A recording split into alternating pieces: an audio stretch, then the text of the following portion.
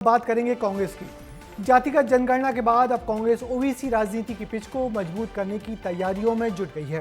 कांग्रेस के सभी बड़े ओबीसी नेता आज बेंगलुरु में जुटे हैं। मकसद है ओबीसी वोटरों पर अपनी पकड़ मजबूत करने की रणनीति बनाना। 2 दिन चलने वाली इस महत्वपूर्ण बैठक में राहुल गांधी और भूपेश बघेल कल पहुंचेंगे। ओबीसी को नौकरियों में आरक्षण और उनके नेताओं को आगे का चुनाव लड़ने की नीति के अलावा और क्या कर सकती है कांग्रेस, इस रिपोर्ट में देखिए। कर्नाटक की राजधानी बेंगलुरु में कांग्रेस नेताओं का जमावड़ा लगा है। वजह है कांग्रेस की स्पेशल ओबीसी मीटिंग। कांग्रेस ने ओबीसी नेताओं की एक स्पेशल 24 टीम तैयार की है।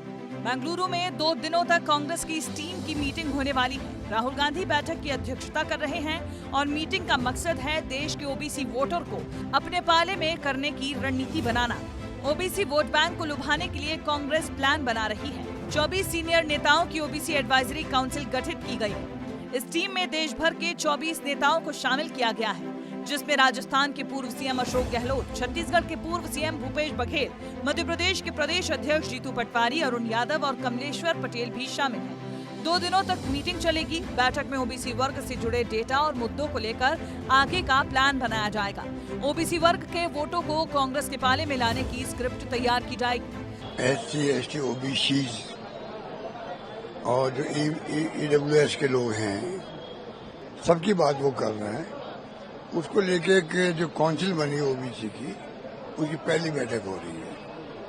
तो बैठेंगे, बातचीत करेंगे, तब आपको ब्रीफ करेगी हमारे जो चेयरमैन है, वो आपको ब्रीफ करेंगे कि क्या फैसला हुआ है। उस तरह से कांग्रेस अपने जो बेंगलुरु में बैठक होने वाली है उसमें इस मुद्दे को बहुत प्रमुखता से उठाने वाली है और ये कोशिश करेगी कि पूरे देश में ये संदेश जाए कि कांग्रेस जो है वो आदिवासियों की और ओबीसी की सबसे बड़ी खैरख्वाह है। अब उसका कितना असर होता है, नहीं होता है, ये तो वक्त बताएगा, लेकिन कोशिश उनकी ये लगातार जारी है। जातिगत जनगणना वाले मैच में कांग्रेस पहले ही बाजी मार चुकी है। केंद्र ने जातिगत जनगणना को मंजूरी दे दी और अब कांग्रेस इन्हीं जातियों के नाम पर 2029 लोकसभा चुनाव का एजेंडा सेट करना चाहती है।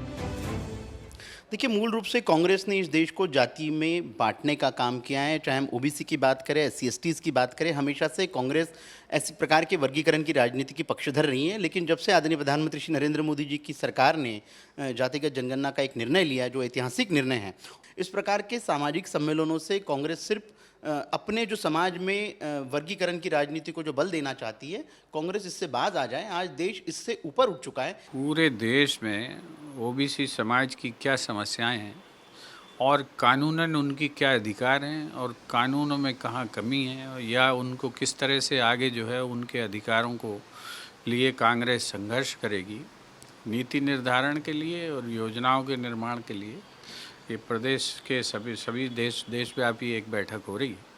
इस बैठक में सभी जो है इन वर्गों के नेता वहाँ आमंत्रित हुए हैं। ओबीसी वोटर्स को लुभाने के लिए कांग्रेस बीजेपी के बीच रस्साकशी की लड़ाई है। जिसकी तरफ ओबीसी वोटर बैठा, सत्ता उसकी। अलग अलग सर्वे की माने तो देश में 33% ओबीसी वोटर हैं। 2019 के चुनाव में 56% ओबीसी वोटर ने बीजेपी को वोट दिया था। 2024 में आंकड़ा बढ़कर 58% तक पहुंच गया था। और जिस तरफ देश का 33% ओबीसी वोटर जाता है, सत्ता की चाबी उसी को मिलती है। वहीं मध्य प्रदेश में भी ये ओबीसी वोटर बीजेपी के लिए सत्ता की चाबी बनकर बैठे हैं। 2023 में हुए विधानसभा चुनाव में प्रदेश के कुल ओबीसी वोटर्स में से 61% बीजेपी के साथ गए थे और इन्हीं वोटर्स पर कांग्रेस की नजर है। राहुल गांधी कह चुके हैं कि अगर उनका बस चले तो वो किसी दलित ओबीसी को कांग्रेस की कमान सौंप दे। लेकिन ये बयान, ये मीटिंग और स्पेशल 24 की टीम 2029 के चुनाव की बिसात बिछाने में लगी है और अब देखना होगा बाजी किसके हाथ आती है। ब्यूरो रिपोर्ट, विस्तार न्यूज। और यदि हम मध्य प्रदेश की बात करें तो मध्य प्रदेश में भी कांग्रेस ओबीसी वोटरों पर अपनी पकड़ खो चुकी है। बीजेपी ओबीसी वोटरों की सबसे बड़ी पार्टी बन गई है मध्य प्रदेश में। मध्य प्रदेश में 2003 से सत्ता में आने के बाद से बीजेपी के चारों मुख्यमंत्री ओबीसी समाज से आए और इस रणनीति से प्रदेश के बहुसंख्यक पिछड़ा वर्ग बीजेपी के पक्के वोटर बन गए हैं। वैसे 15 महीने की कमलनाथ सरकार ने ओबीसी को 27% आरक्षण का कानून पारित किया था, मगर उसका फायदा अब तक ओबीसी वर्ग को नहीं मिला है।